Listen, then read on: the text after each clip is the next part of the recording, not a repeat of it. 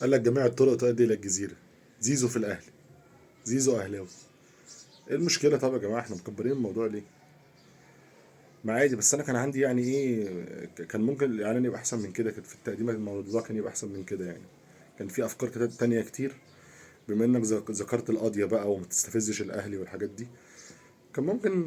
وبما ان كده كده اصلا زيزو اصلا يعني متاخر، وهيسافر، هيسافر على امريكا متاخر، فكان ممكن يبقى في حاجه اشيك بقى، يعني مثلا ايه، آه، ان زيزو مثلا يبقى نايم وبيحلم بالبطوله بتاعت القاضيه، ويجي قفشه يصحيه ويقول له يلا يا زيزو متاخرين، ويلاقي نفسه بيلبس وبيجري على المطار عشان يسافر امريكا، يقضي العيد في امريكا. العيد في امريكا حلو والله، مش وحش والله العظيم يعني. عايز يعني رساله بس لجمهور الزمالك، اخواتي وحبايبي جمهور الزمالك، ما تعشموش نفسكم في لعيب تاني يا جماعه، عشان يعني الكوره ما بقتش دلوقتي انتماء.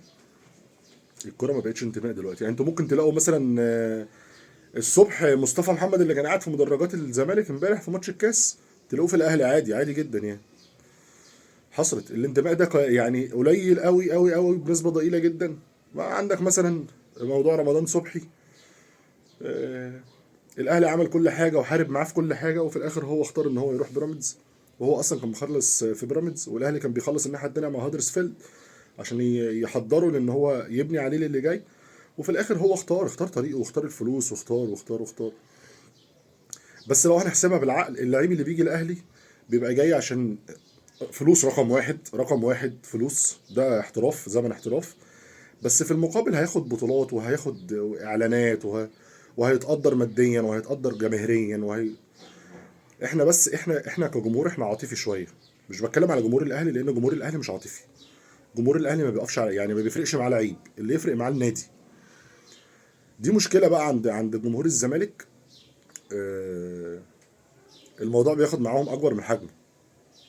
لا يا جماعه والله ما تزعلوش على لعيب، ولا على بن شرقي، ولا على امام عاشور، ولا على زيزو، ولا على اي لعيب احنا خدناه ولسه هناخده، عشان في لسه صفقات جايه تانية من الزمالك للاهلي ان شاء الله.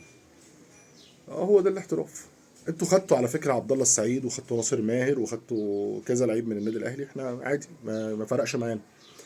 هي القصه كلها بس في انت جمهور الزمالك طالع يلوم زيزو، وطالع يشتم زيزو، وطالع يقول ان زيزو، ان زيزو كلب فلوس، وان